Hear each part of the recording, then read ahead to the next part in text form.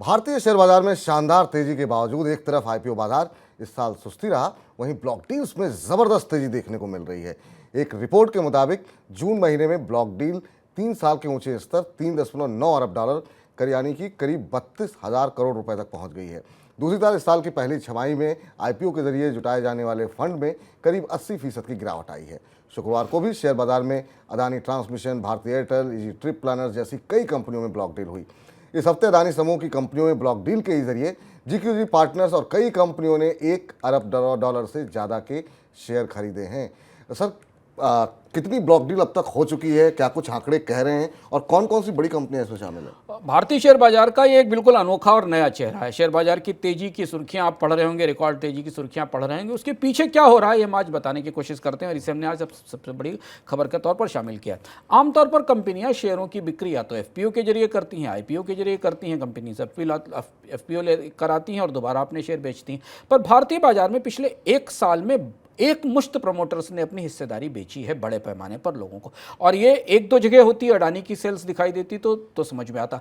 एक किस्म से पिछले एक साल के अंदर विपुल भारतीय बाजार में प्रमोटर्स की तरफ से अपने शेयर थोक में बेचने का, जिसको क्या ब्लॉक डील कहते हैं, उसे आप बल्क में माने, थोक में बेचने का, प्राइवेट इन्वेस्टर्स को, प्राइवेट फंड्स को बेचने का प्रचलन सा आ गया है। ताजे आंकड़े बता रहे हैं कि वित्त वर्ष 2023 में 1.87 लाख करोड़ रुपए की ब्लॉक डील्स हुई हैं भारत में। 1.87 लाख करोड़ रुपए के शेयर्स कंपनियों ने छोटे निवेशकों को नहीं बेचे, डीआईएस को नहीं बेचे, ब्लॉक डील में प्राइवेट इक्विटी इन्वेस्टर्स को के साथ बड़ी डील की है। अब इसमें बहुत सारे नाम, जैसे विपुल ने आपको अडानी का नाम बताया, लेकिन इसमें आप लैंडमार्क, कल्याण ज्वेलर्स, लिस्ट बहुत लंबी है। उतनी लंबी लिस्ट पर कार्यक्रम में शामिल नहीं की जा सकती क्योंकि बहुत बड़ा हिस्सा है। और ये भारतीय शेयर बाजार का एक ऐसा चेहरा है जो आमतौर पर हमने नहीं देखा। ब्लॉक डील्स होती हैं बाजार में, पर उनकी संख्या पिछले एक साल में काफ़ी तेजी से बढ़ी है और इसलिए इन ब्लॉक डील्स का एक बड़ा असर माना जा रहा है शेयर बाजार की ताजी तेजी में।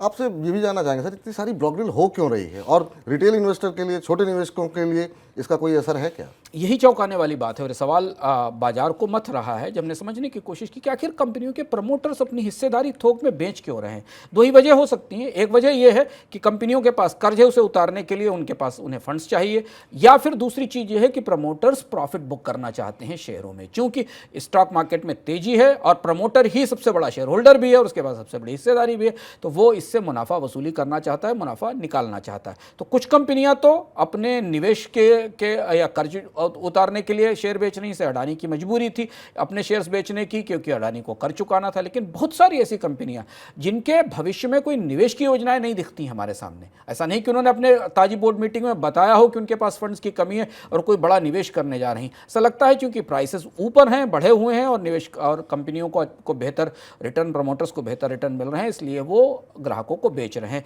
और ये खरीदारी कर रहे हैं दुनिया के फंड मैनेजर्स या बड़े निवेशक। छोटे निवेशक बेचारे इस पूरी प्रक्रिया को किनारे बैठे देख रहे हैं क्योंकि उनको इसमें कुछ मिलना नहीं। वो सिर्फ शेयर बाजार की तेजी की सुर्खियां देखकर तो खुश हो सकते हैं, पर यह पूरा फायदा तो प्रमोटर्स को ब्लॉक डील में जा रहा है और ये थोक में होने वाली डील से इसमें फायदा प्रमोटर्स का है जिनके पास हिस्सेदारी जो उसे बेच रहे हैं। फिलहाल बाजार का ये रुख आमतौर पर बाजार की अपनी पुरानी व्यवस्था से बिल्कुल अलग है क्योंकि कंपनियां ये काम करने के लिए एफपीओ भी नहीं ला रही हैं, एफपीओ लाने की भी कोशिश नहीं कर रही हैं। वो उन्हें फंड्स जो चाहिए वो उनके लिए निवेशक पीछे से, पर्दे के पीछे से, पिछले दरवाजे से शेयर बेचकर उन्हें वो फंड्स मिल रहे हैं।